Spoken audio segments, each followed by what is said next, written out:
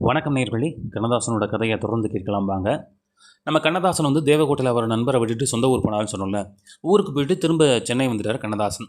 எழும்பூர் ஸ்டேஷனில் கண்ணதாசன் இறங்கின போது முல்லை பதிப்பகத்தில் இருந்த ஒரு ஊழியர் அவர் வந்து கண்ணதாசனை பார்த்துட்டு, என்ன கண்ணதாசன் எங்கே தங்க போகிறீங்கன்னு கேட்கும்போது, நான் நகரத்தார் விடுதியில் தங்க போகிறேன் அப்படின்னு சொல்லியிருக்காரு.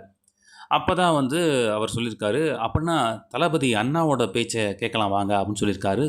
சாயந்தரம் 7 மணிக்கு வந்து அண்ணா பேசுவார் அப்படின்னு சொன்னோன்னே, அப்போ வந்து தளபதி அண்ணா தான்.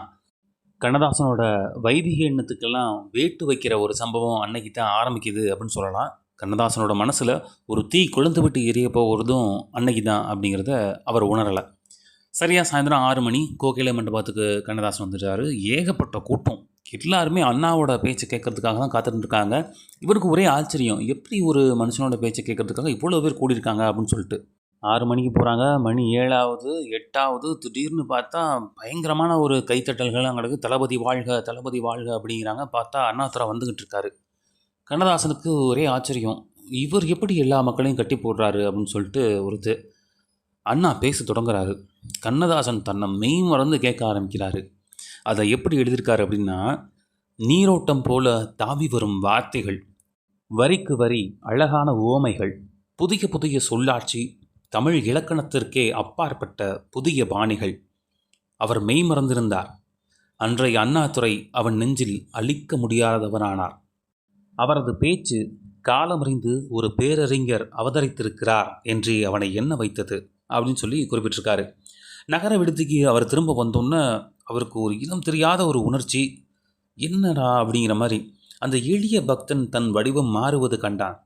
தெய்வம் பொய்யா, புராணங்கள் பொய்யா, ஆயிரம் ஆண்டுகளாக அசைக்க முடியாமல் இருந்து வருகிற இதிகாசங்கள் பொய்யா அப்படிங்கிறது ஏகப்பட்ட கேள்வி அவர் மனசுக்குள்ளார எழுது.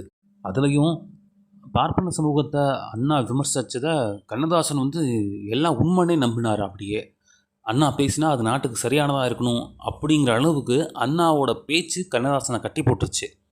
பார்ப்பனர்கள் தங்கள் ஜாதி வாழ்வதற்காக யாரையும் சாய்ப்பதற்கு தயாராக இருப்பார்கள்.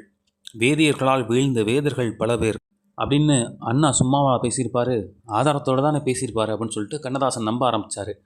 அப்படியே கண்ணதாசன் படித்த ஸ்கூலில் வந்து அவர் பட்ட கொடுமைகள் ஞாபகம் வந்துச்சு. ஏன் அப்படின்னா, அந்த பள்ளியோட தலைமை ஆசிரியர் வந்து ஒரு ஐயர். அவர் வந்து பிறரை மதிக்காமல் நடந்துக்கிட்டதும் தன்னை ரொம்ப நோகடித்ததையும் கண்ணதாசன் ஞாபகப்படுத்திக்கிட்டார். அடுத்ததாக என்ன நடந்திருக்கும், கண்ணதாசன் அவரோட வைதிக எண்ணத்துலேருந்து மாறினாரா இல்லையா அப்படிங்கிறத அடுத்த பதிவில் பார்க்கலாம். தொடர்ந்து உங்களோட ஆதரவு கொடுங்க.